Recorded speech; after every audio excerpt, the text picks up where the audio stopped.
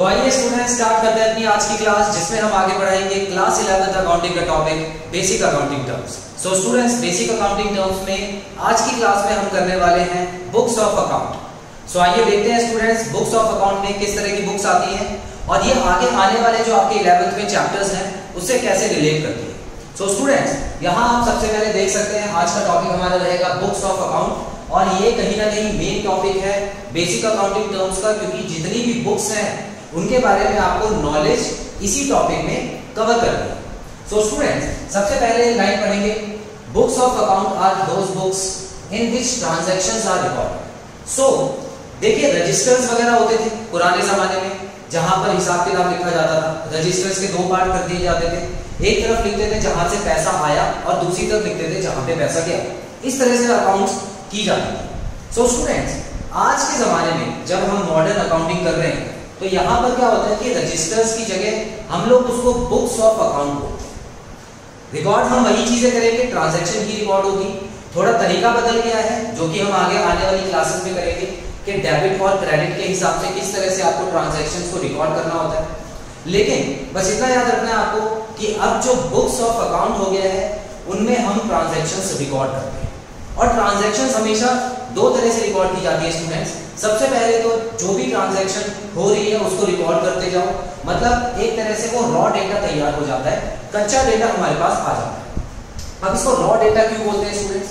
क्योंकि ये जो ट्रांजैक्शन है ये उल्टी सीधी ट्रांजैक्शंस होती है। कहने का मतलब है कि आपको हो सकता है कि पहली ट्रांजैक्शन में आपने कुछ सामान खरीदा हो तो वहां पे कैश और परचेजेस अकाउंट को इफेक्ट किया। उसके बाद दूसरी ट्रांजैक्शन में आपने किसी को उधार पे सामान बेचा हो तो आप वहां पर सेल्स और डेटर का अकाउंट खोलेंगे। तीसरे में आपने मान लेते हैं किसी को डिस्काउंट दिया है या पैसे दे देते, जब पैसे ले रहे थे आप उससे तो आपने उसको डिस्काउंट दे दिया, तो वहां पे डिस्काउंट का अकाउंट, कैश का अकाउंट और डेटर का अकाउंट में असर आएगा।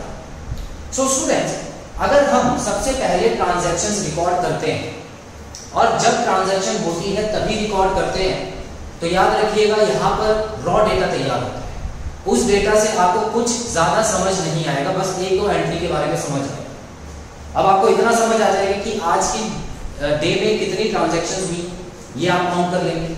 लेकिन कंफ्यूजन तो रहेगी कि कैश कितना गया। अब मान लेते हैं मैं आपसे पूछता हूँ कि कैलकुलेट करके बताओ कि कैश कितना गया, तो आप टाइम लगाएंगे वहां। सो इसीलिए दूसरी बुक भी यहाँ पे तैयार की जाती है जो कि इन ट्रांजैक्शंस को क्लासिफाई करती है और एक मीनिंगफुल डेटा कलेक्ट हो जाता है। सो स्टूडेंट्स, इसी तरह हम लोग दो बुक्स के बारे में बेसिकली पढ़ने वाले हैं। यहाँ पे जो पूरे टॉपिक में अकाउंट्स में दो बुक्स हैं जिसमें सभी चीजें कवर कर ली जाती हैं। तो आप देखते हैं कि कौन सी ये दो बुक्स हैं। आप देख सकते हैं, these books are divided into journal and ledger. So दो ही तरह की बुक्स हैं, ये वाइड एरिया कवर करती है, ठीक है। इसके अंदर और भी बुक्स आती है, ऐसा नहीं है कि दो ही नाम आप सुनेंगे। जब आप चैप्टर पढ़ेंगे तो कई तरह के और नाम आपको सुनने को मिलेंगे, लेकिन ये क्लासिफाई दो ही टाइप की बुक्स में होता है। तो स्टूडेंट, सबसे पहली बुक कौन सी है? जर्नल होगी, जिसमें हम जर्नल एंट्रीज डालेंगे, और उसके बाद उन्हीं एंट्रीज को हम क्लासिफाई करेंगे अलग अलग लेजर अकाउंट्स, ठीक है। तो जर्नल एंड लेजर, ये दो तरह की मेन बुक्स होती है। और स्टूडेंट, जैसे कि मैं आपको बता रहा था कि सबसे पहले जो ट्रांजैक्शन एंट्री करते हैं, ठीक है, कौन से प्रिंसिपल के हिसाब से हम एंट्री करते हैं? मैंने पढ़ाया हुआ आपको अक्रूवल कॉन्सेप्ट के हिसाब से। स्टूडेंट्स, अक्रूवल कॉन्सेप्ट ये बोलते हैं कि जब भी कोई ट्रांजैक्शन हो उसको उठा के आपको लिख लेना है, ज्यादा सोचना नहीं। उसको आपको वेट नहीं करना कि आपके पास पैसा आ रहा है, कैश के हिसाब से मत सोचना। अगर पैसा नहीं भी आया और आपने सामान किसी को बेच दिया है तो आप उसी दिन उसकी एंट्री डालेंगे, है ना। अक्रूवल में हमने यही पढ़ा था। सो स्टूडेंट्स, इसी के हिसाब से हम हर एंट्री डालते हैं जर्नल। क्लियर है? अब जर्नल एंट्री कैसे पढ़ती है इसका एक एग्जांपल लेके देखते हैं।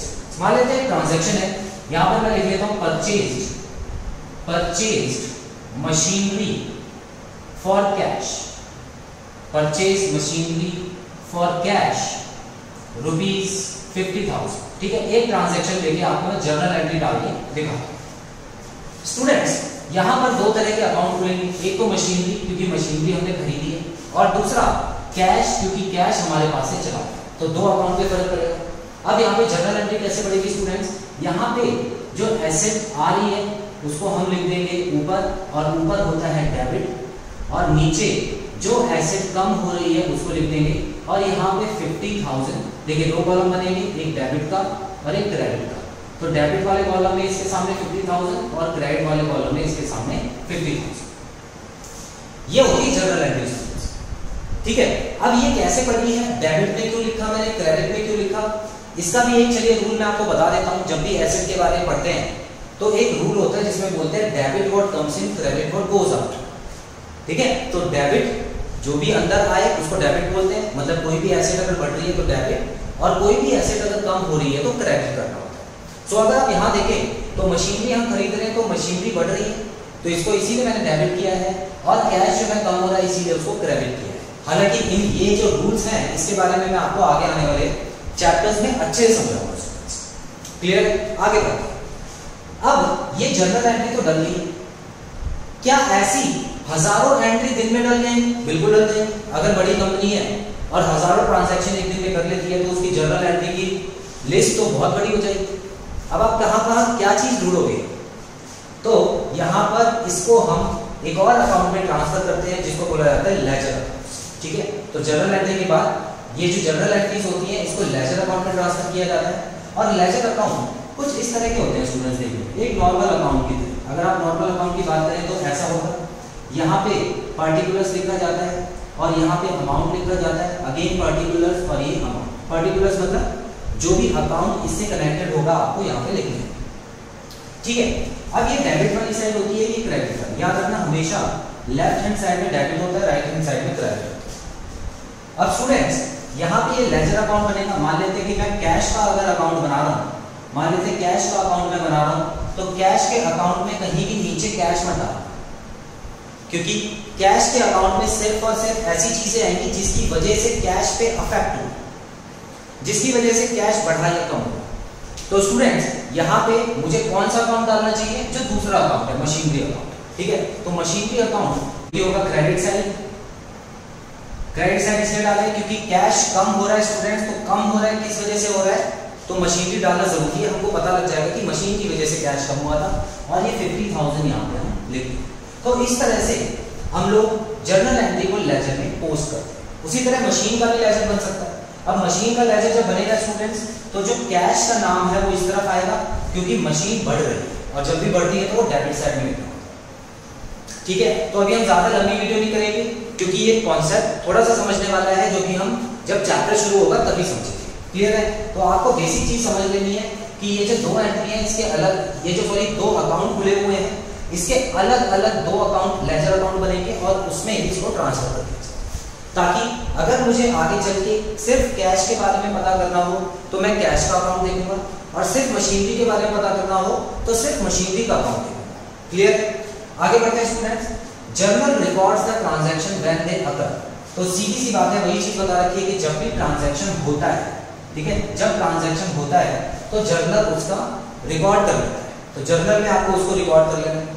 It is also known as books of original entry. Original entry की बुक्स बोला जाता है स्टूडेंट्स इसको। ठीक है, तो कभी एग्जाम में एमसीक्यू वगैरह में आ सकता है कि इनमें से कौन सा जो नाम है वो जर्नल को दिया गया है, तो आप याद रखिएगा वहां पे आपको लिखना है books of original entry. Original क्यों, क्योंकि सबसे पहले जो किताब खोलते हैं अकाउंट बनाने के लिए वो जर्नल ही होती है। क्लियर, आगे बढ़ते हैं। The transactions are then transferred in ledger accounts.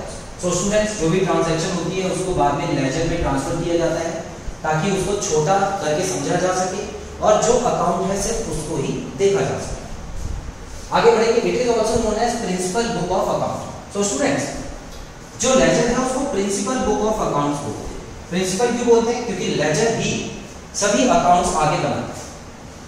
आगे के कौन से, अब इतना मत समझना कि जर्नल और लेजर ही बनता है, आगे चल के ट्रायल बैलेंस बनता है, फिर ट्रायल बैलेंस से trading account, profit and loss account, balance sheet, ये सारे अकाउंट्स बनाए जाते हैं। ठीक है, लेकिन इतना याद रखना स्टूडेंट्स, एक बार लेजर जब बन जाता है तो जर्नल का कोई काम नहीं रहता है। ठीक है, जर्नल को हम फिर बंद भी कर सकते हैं जर्नल वाली बुक्स को, लेकिन रखनी संभाल के ताकि अगर कोई भी गलती निकल आए लेजर में तो हम उसको दोबारा चेक कर सकते हैं। ठीक है, तो लेजर जो है वो आगे के सारे काम करता है।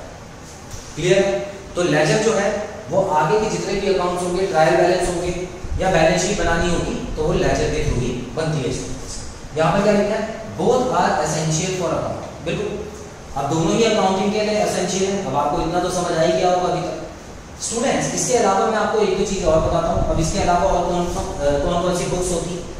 तो अगर हम बुक्स की बात करें तो लेजर में कई तरह की बुक्स आती हैं स्टूडेंट्स।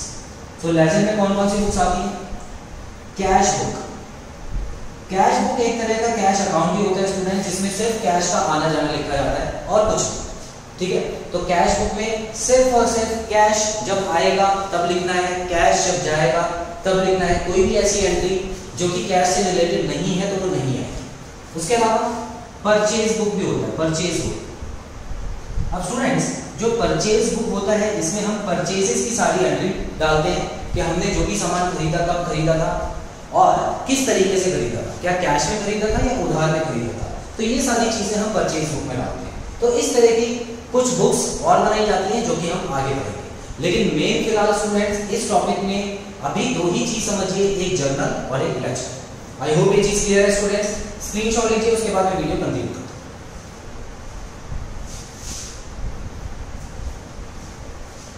सो स्टूडेंट्स यहाँ पे खत्म होता है हमारा बेसिस ऑफ अकाउंटिंग का ये पार्ट, जिसमें मैंने आपको बुक्स ऑफ अकाउंट के बारे में अच्छे से समझा दिया। आई होप आपको सभी पॉइंट्स अच्छे से क्लियर हैं और कोई भी डाउट नहीं है। सो बहुत जल्द मिलते हैं अपने अगले पार्ट में। Till then students take very good care of yourselves. Have a nice time, God bless you, bye bye.